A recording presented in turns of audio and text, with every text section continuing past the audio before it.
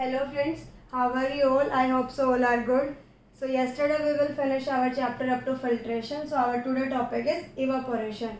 We have to perform some activities to understand the concept of evaporation.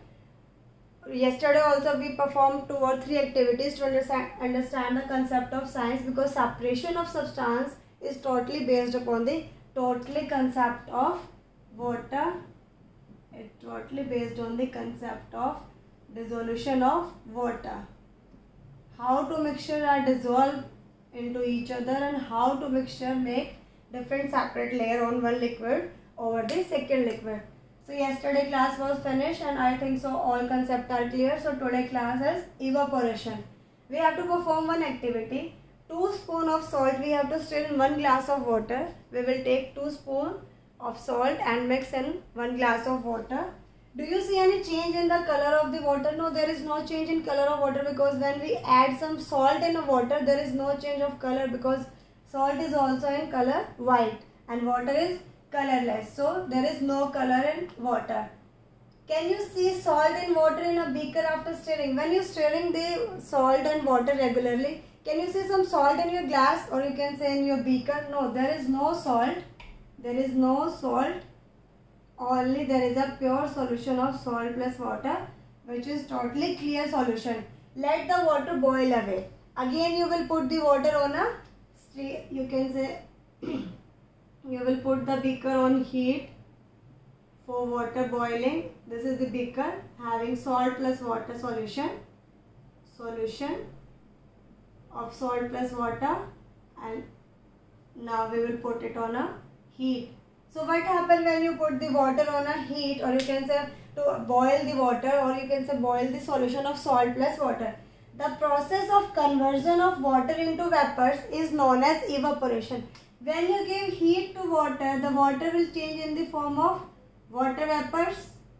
Yes, the water will change in the form of water vapors, and we will remain with the solid state, or you can say we will remain with solid material also only, because water will totally become in the water vapor state by giving some heat. So we will left with some solid state, or you can say some solid material. So the evaporation is known as process of conversion of water into water vapor. The process of conversion of water into water vapor is known as evaporation. It is the basic concept, and I think so it will use whole life when you study this science.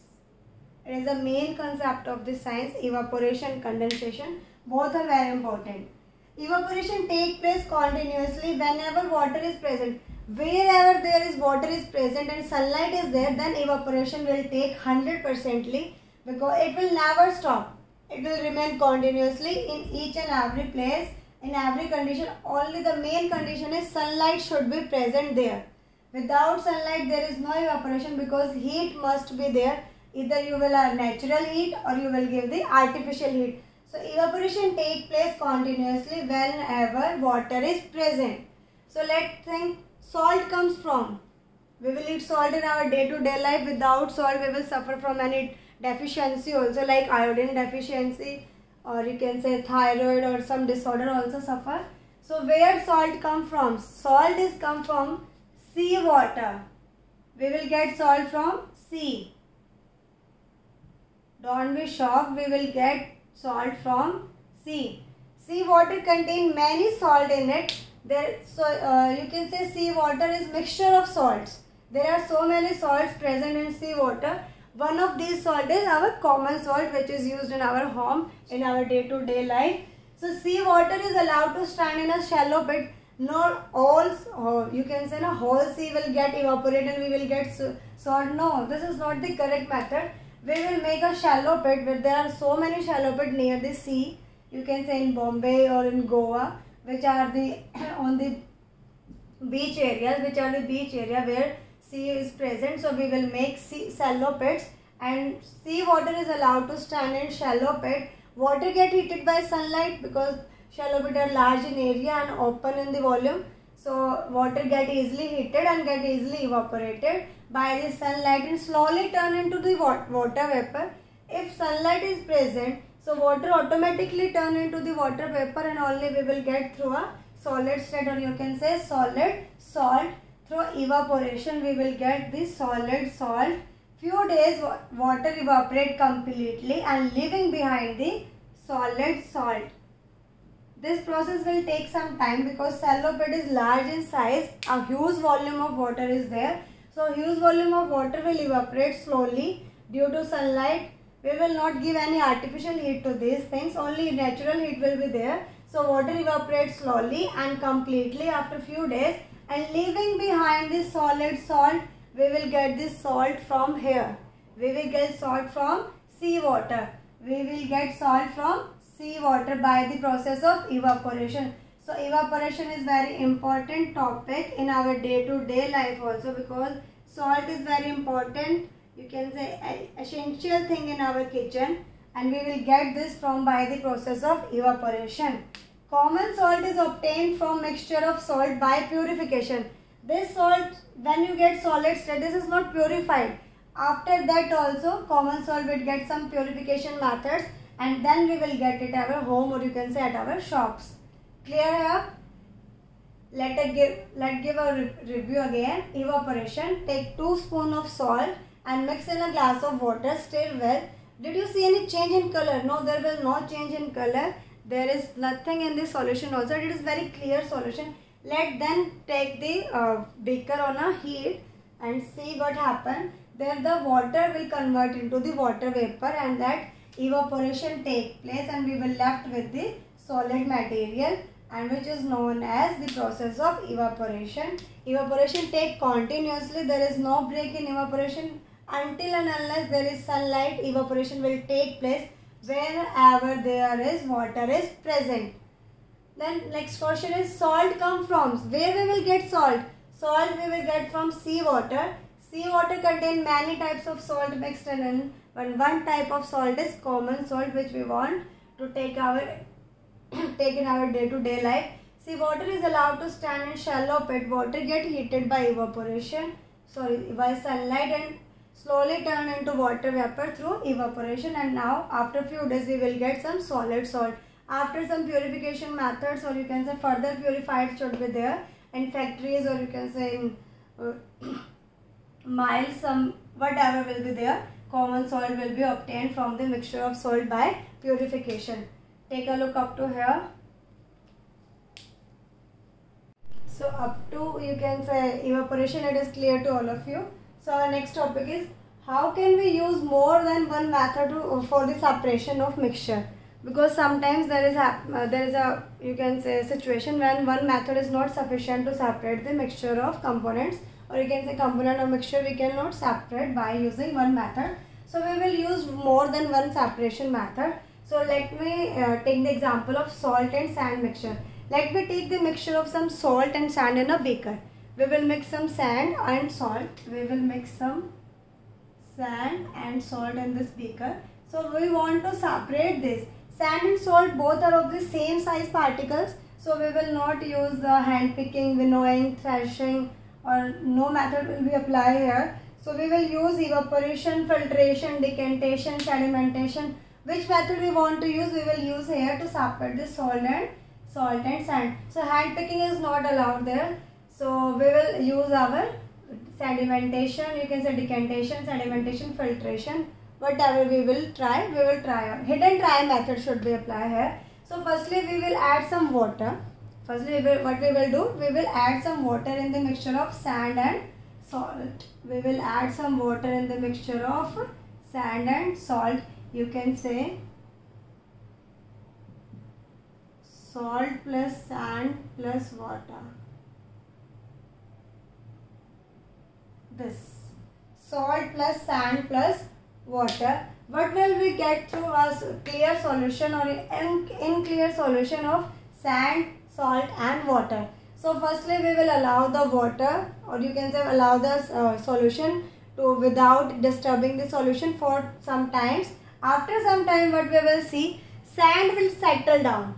After some time what we will see, sand will settle down, and we will easily clear the upper layer of the water into the other beaker. So what we will do, the sand will settle down and we will clear the upper layer of the water which contain the salt also in another beaker. So firstly we will separate the sand by the method of decantation, because removal the upper layer of the water which contains some impurities is known as decantation. So firstly we will remove the water from the sand and water solution, and we will left over with the water plus salt and sand is separated out. So here we will use decantation method. So in decantated liquid also we will contain the salt. In decantated liquid we will contain the salt. So now we have to remove the salt here. Now we have to remove the salt by the process of evaporation. Before this topic I will give some review of evaporation. So I think so you all aware about the evaporation. Take the mixture of water plus salt and put the beaker on a heat. And but what new thing you have to do? You have to place a plate over the beaker and which have some ice over the plate. We will place a plate over the beaker and place some ice over the plate. By the ice the plate will cool down and the water vapor will easily turn into the liquid again. Because if we cool down the water vapor then we will get liquid. It is clear to all of you. If we cool down the water vapor then we will get the liquid only. So by evaporation water convert into water vapor and we will get the salt also, and we will left with salt and we will left with the salt. So before evaporation, by decantation we will get our sand, and after evaporation we will get our salt, and by placing the ice over the plate we will get our water also. We will get our water also. So we will get our all three items, salt, sand plus water, and in the end also we will remain with salt, sand and plus water. By decantation we will get our sand, by evaporation we will get our salt, and by placing ice over the plate we will get the water vapor convert into the liquid. So we will get water also, and this process is known as condensation.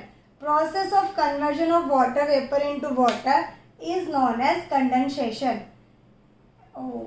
Let me explain by a tabular form. It will be easier because I think so it will be some messy. I will be make a table form, then you will get easily review on this topic. So let's see.